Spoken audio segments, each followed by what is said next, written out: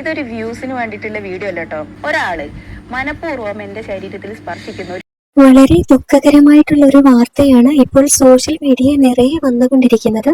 ആ ബസ് ഇഷ്യൂവുമായി ബന്ധപ്പെട്ട ഒരു വീഡിയോ ഒരു സ്ത്രീ പങ്കുവച്ചിട്ടുണ്ടായിരുന്നു. ആ യുവാവ് ഇന്ന് ആത്മഹത്യ ചെയ്തിരിക്കുകയാണ്.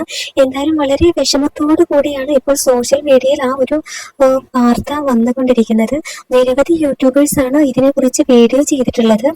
ഹെലനോസ് മാട്ട, സായി കൃഷ്ണ, അങ്ങനെ നിരവധി യൂട്യൂബ് ചാനലുകളിൽ നിരവധി യൂട്യൂബേഴ്സ് ഈ വീഡിയോ എടുത്തിട്ടുണ്ട്. എന്തായാലും എല്ലാവരും തന്നെ ഷിഞ്ചിത എന്ന പറയുന്ന ഒരു സ്ത്രീക്കെതിരെയാണ് വീഡിയോ ചെയ്തിരിക്കുന്നത്. സോഷ്യൽ മീഡിയ നിറയെ സ്ത്രീക്കെതിരെ കമന്റ് വരുന്നുണ്ട്.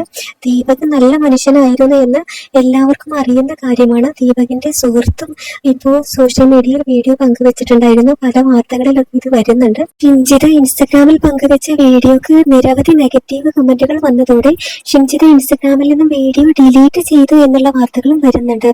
എന്തായാലും വളരെ വിഷമത്തിലാണ് ഇപ്പോൾ കേരളം.